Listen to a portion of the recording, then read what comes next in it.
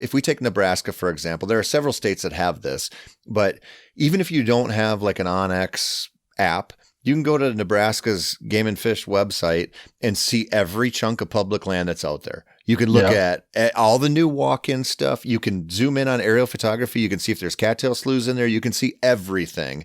And it's like, you can find so many places to hunt. Like this is not a problem. It's a matter of how hard you want to work when you get there, and how sometimes like, hunt different times than people or hunt a different way than people, which is something I wanted to get into with you because you sent me a study on that, which was freaking fascinating. Can you explain that, what you sent to me?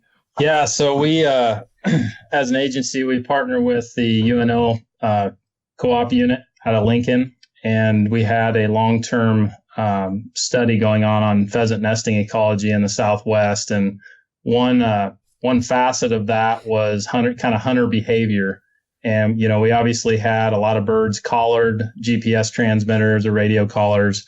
But part of this study was pretty cool. They actually had hunters carry around GPS transmitters. So we had birds with transmitters, we had hunters with transmitters. And just to take a look at how hunters perceived, their opportunities, and part of that was where they accessed a field, where they spent time in the field, and where the birds went. And it really some interesting trends. And I honestly hate to say it, but we have really transitioned into a lazy bunch of hunters when it comes down to it. Just to put it blunt, because the results of the study weren't really that surprising to me, but hunters tended to they park in parking lots. Otherwise, a lot of our sites are accessible, along a gravel road. They would almost always park next to an actual sign on one of our walk-in sites. It's human nature, right? I am in the right spot. I'm going to park here.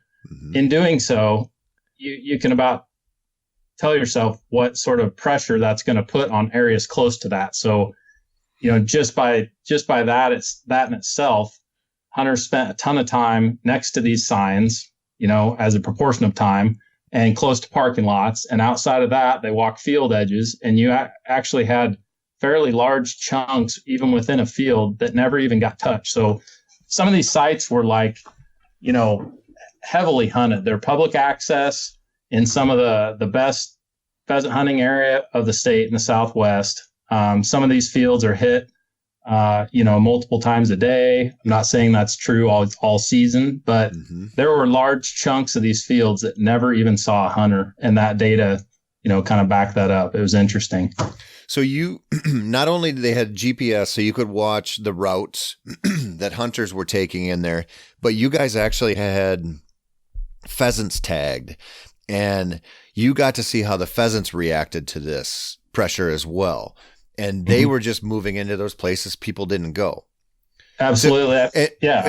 And so was there a social component to this afterwards? Like, did you guys interview the hunters and say, all right, how'd you feel? I don't remember all the details on that particular part, but you're absolutely right on, I think a lot of people have this perception that once a field's hunted, all those birds are blown out of there and there's nothing left. I already see foot tracks. No point in going there. I mean, these birds were literally moving like 30 yards over into one little change in vegetation that most hunters were kind of too lazy to go through. It might have been a heavy patch of kochia or something like that, which kind of segregated the field off. Most people wouldn't walk through there. It almost serves as a little refuge within a field, So, pretty interesting stuff. I think it's crazy interesting. And they've done studies like that in Pennsylvania with deer during deer season to see where hunters go and how the deer react. And the general rule is the hunters go while they're gone. And the reality is they find out that, that buck that was bedding on top of the ridge leading up to the hunting season moved down to one bench and just let everybody go by him. And, the thing about that is, this is a dog podcast, and you think, all right, I got this awesome pheasant hunting dog and he's not missing birds. And so you walk through there and you walk that line, and you go, yeah, it is empty. And if you spend enough time out on wild roosters with a good dog, that it oftentimes is a matter of you shifting your position by 30 yards so the dog has new ground to work. And that's all it takes sometimes. And I think I would love to see that stuff happen with all kinds of birds. I mean, I'd like to see it along with rough grouse in northern Minnesota or Wisconsin and the logging roads. Like I think you'd see that a lot of GPS little tags for the birds ended up in game vests on the first day of the season or the first weekend. And then after that, all those birds were 100 yards in and they were just listening to all the pressure go by. Mm-hmm. I agree. And, when I talk to all these hunters throughout the season, and some of them are planning late season hunts or things like that, I think it becomes even more important then. But, trying to explain to them, you got to walk these fields slightly different than you normally would. Every guy that pulls up that field is thinking the exact same thing you're thinking right now. So it's, the same thing's true about, how hunters select sites too. For the longest time, we had an initiative going on in the Southwest where we were providing incentives to landowners for leaving tall wheat stubble. So they would harvest that off, leaving nice tall stubble that would then provide bird habitat throughout the fall and winter. And, we had radios on all these birds and they're using these fields extensively. And I know a lot of people, even back in the day, were shooting birds out of stubble and whatnot. And we're telling these guys over and over, like, you need to hunt this stubble. On these warm days in November, those birds are all out in that stubble. And you just watch these guys pounding this CRP, this heavy, dense cover, because that's what they want to walk. And it just kills you. Because I don't know how many times we've promoted tall stubble on social media, on interviews, whatever. It seems like one of those habitat types that people just, they don't like the look of, and they don't think they can get birds to hold. So, well, whether we're even, cognizant of it or not, we make those decisions. Like up here where I live, if you look at a typical rifle hunter, when he goes out and he's got his 270 or 300 Win Mag for whitetails, he wants to sit on a clear cut or a field or that power line where you can see 400 yards. And those deer know after opening morning that running across an opening is a bad idea. And so you're much better off sitting in the cover where you can't reach out and touch them with that high power, but we can't get past that. Like we know we want to see, and it's the same thing when we do this stuff. My buddies and I, when we travel with our dogs all the time, is we'll fall into that trap where we'll come up to a new chunk of public land somewhere and we'll look at it and go, this looks amazing. And then you go in there and you don't kick up any birds. And it's because you thought, like you said, I was thinking exactly like the 7,000 people who hunted it before me. And it's just not those animals, we think like, we get into these conversations about dogs all the time. Like how smart are dogs? Like, are they really smart? Are they really intellectual or not? And there's some interesting arguments on that. The same thing happens with game animals. Like, I don't believe for a second that a pheasant is very smart. I think they're pretty good at surviving, and they make an awful lot of decisions based around what's killed their buddies in the past or what's almost killed them. And they just react that way. And that's for them as a prey animal, that's a simple solution. I just move where the predators don't go. Mm-hmm. No different than a covey of quail living on a public access site. A lot of those birds, they get pushed off to even more marginal habitat, but nobody's messing with them. And I mean, it's, for the average hunter that goes through there, they find this big, gorgeous thicket, and it's great habitat. I would send somebody there, but the problem is everybody else did that same thing. These birds are moving on the landscape. They're responding to, hunter movements. That, like you said, they're trying to survive. Yep. Well, and if you're listening to this and you're going, all right, well, what does this mean for my hunting situation? The thing that I learn more and more, and I'm sure you're seeing this with your dog too, is if I set out by myself, and I don't care what I'm hunting, if it's woodcock, grouse, pheasants, quail, whatever, if it's me and my dog, I'm way more inclined to just follow her versus trying to lead that or like make it unfold the way my human brain says, okay, well, I walk this edge because there's a cornfield here and there's CRP here. The rooster should be coming back through. If I just go follow my dog and I let her kind of work the wind and she looks at the cover and just does it, I find that I have freaking awesome hunts because I'm Yeah. not like it's sort of like an out. Like you take yourself out of the equation to some extent and you allow that dog to just go, okay, well, I want to run here and smell it. Oh, my tail starts whipping because I smelled it. It's a different experience. Yeah, those are some of the best hunts too. You know, I've hunted with large groups, and I've done the big March of Orange, you know, through a big CRP field with, you know, 10 other hunters, and you know, those things are fun, but there's nothing like following a dog, letting her do her thing, and just kind of having that happen naturally. I agree. I mean, we kind of have these blinders up that we're just gonna, you know, this is how we're going to work this field. We have a game plan, and you know, letting the dogs tell you is a great tactic.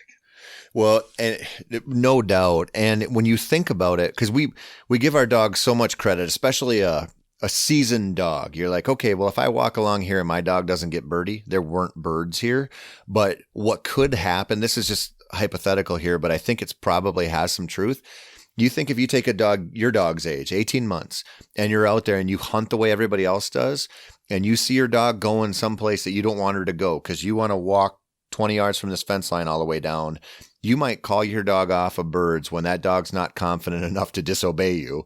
And you might set that rule or that precedent that you listen to me no matter what, whether you're on one or not. And that could inform a dog's entire hunting career without you even knowing that you're doing that.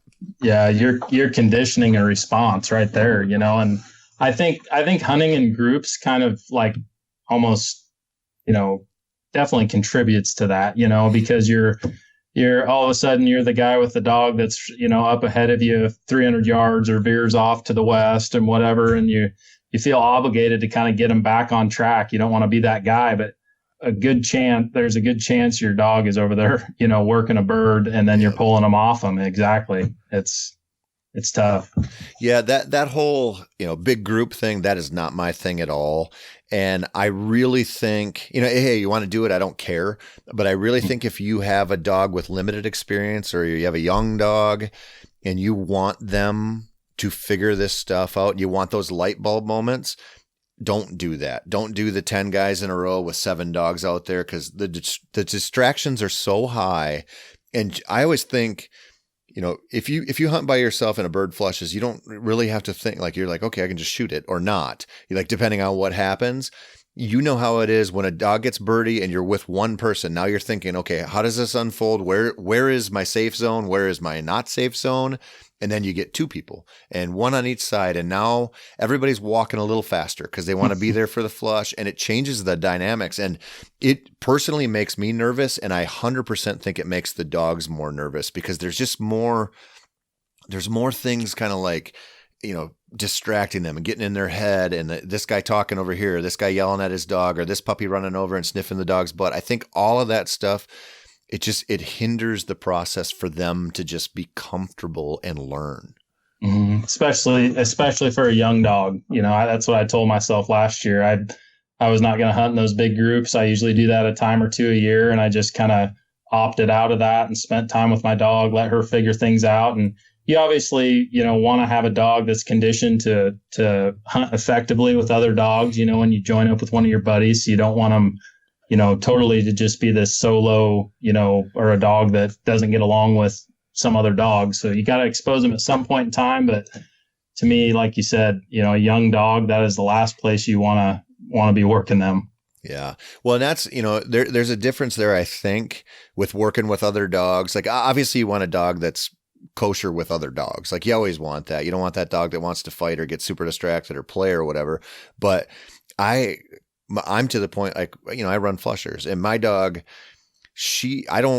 whether there's other dogs there or not, doesn't matter at all to what we're doing. Like, she works for me, and she's like so intent on the process. She's like, I don't care. You know, if there's like a puppy jumping on her, she's going to correct it. But otherwise she's like, I don't, you know, it's like outside of her world, you know, but I don't have the same consideration if I was running a pointer. Like, if I'm running a pointer and another dog, that changes the entire dynamic of what you're doing. Yeah, I agree. So let's talk biology, man, because the things that you have to offer somebody with your experience is always so interesting. And so I want to ask you, like, what's the most interesting like study you've been involved in or project you've ever been involved in as a biologist? Boy, specific to upland game birds? Let's do that, and let's do just whatever. I don't know if any one thing really sticks out as this monumental moment. I think, along the way, working with these different species, I like learning about all of them. I would say some of the stuff we did in the Southwest, just because it was such a long-term study that was multifaceted.